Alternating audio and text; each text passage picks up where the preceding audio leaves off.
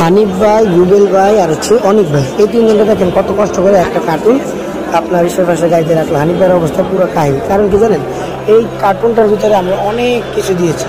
Minimum 40-50 কেজির একটা cartoon. এই কার্টুনটা আপনি দেখেন কতগুলো সেলো পলি এটার ভিতরে ভরা হচ্ছে।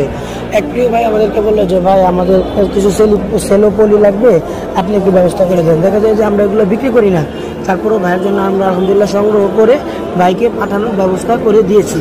এমনকি শান্তকে দায়িত্ব দিয়েছি, শান্ত তুমি এটা ভালো মতো বক্স করে প্যাকেজিং করে দিবে। যেহেতু আমাদেরকে ইয়েতে দিয়েছে, বস্তায় দিয়েছে, আমরা ভালো করে প্যাকেজিং করে দিব। তারপরেও আলহামদুলিল্লাহ শান্ত তার মতো দায়িত্বটা পালন করে নিচ্ছে। এমনকি দেখেন সবগুলো মাল কিন্তু সে এভাবে করে সাজিয়ে নিচ্ছে।